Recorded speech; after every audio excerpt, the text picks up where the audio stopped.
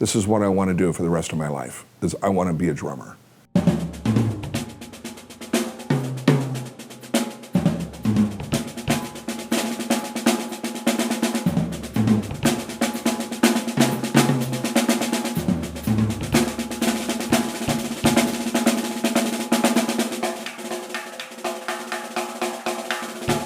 My father and mother were both extremely influential in my development, musically and sonically, and at the same time I started playing piano. I was listening to records with my mother, and she was pointing out different elements of big band music, swing music, different kinds of dance music, and she kind of taught me about the word swing. So I'm incorporating that with then, kind of some classical piano playing. I always was fascinated with groove and swing, and my mother would say, "That's Gene Krupa. That's Buddy Rich. This is the Count Basie Orchestra. Listen to that swing." And I'd probably just always be moving and stuff.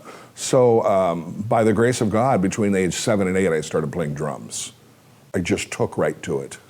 I met a guy, I think it was through the church, who ended up being our high school principal, but I met him as a really young guy, and he started me out, and he was a percussion major, little did I know. So his name was Lionel Foley, and he started me out on the pad, playing snare drum and reading snare drum exercises, and he was very military, very staunch and very strict.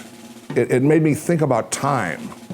And the concepts of time and how important time is. And a lot of people think that's taken for granted, I think, but time is a very, very, it's one of the most important facets of music. And even when there's no time, there's still time.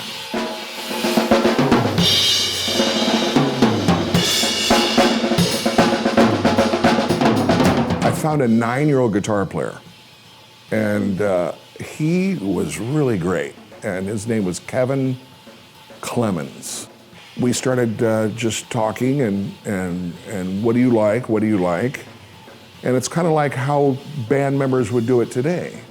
And I think what we picked was a Ventures song, like, I don't know, Walk, Don't Run, or Pipeline or something, which is a very guitar-based old California band. And then we picked a Beatles song, an early Beatles song, and so we worked those up, and then pretty soon we started working more songs up.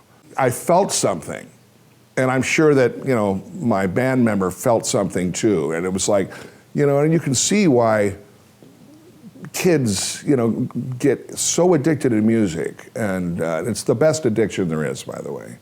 And I immediately, I remember saying to Kevin, I go, "This is what I want to do for the rest of my life, is I want to be a drummer."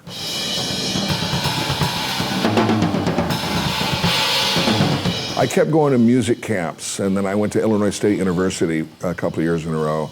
My teacher was Ed Sof, who's the head percussion drum teacher at University of North Texas. He's a famous guy and one of the greatest teachers of all time. And I asked him, I want to pursue this for education. What would you recommend? And I figured he'd say North Texas State or the University of Indiana. He goes, "You should go to Berklee in Boston." And so, started researching it, boom. I ended up out of high school, went to Berklee in Boston per his recommendation.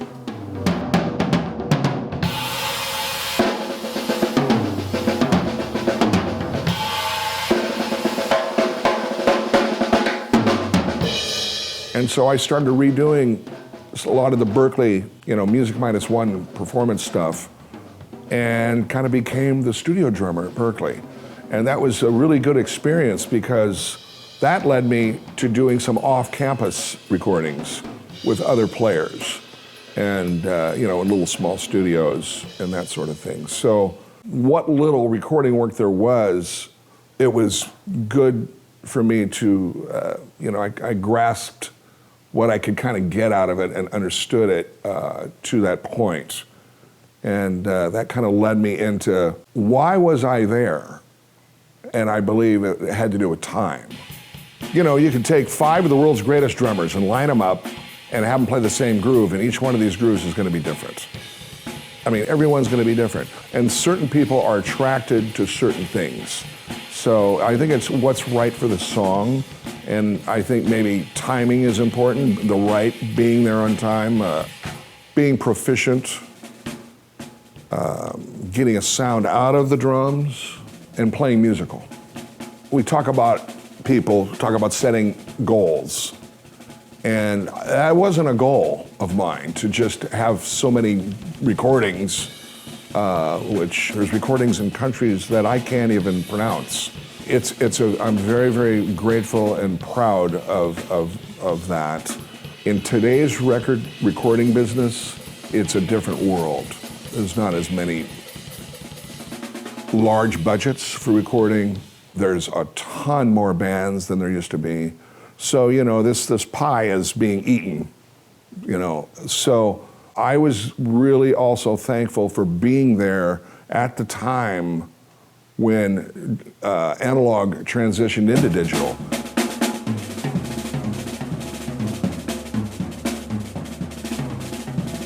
You don't think about fame. I think that you can't put the cart before the horse. You just think about contributing to music. And I think that's what it was all about. And the opportunity maybe to meld with somebody else that thinks the same way you do.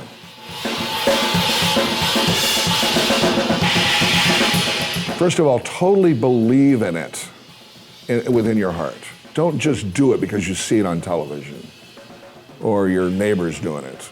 And really work hard at everything. It's not just that rock guitar player that's just blowing in the garage, hearing things and emulating. Learn how to read. Absolutely learn how to read. Learn the common denominator of joining within a group where you're not the guy. Everybody's the guy. Study. I cannot thank my parents enough for sending me to camps and learning. Basically, you get thrown into the fire.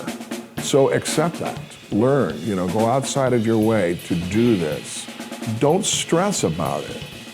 And I think the most important thing is to have fun.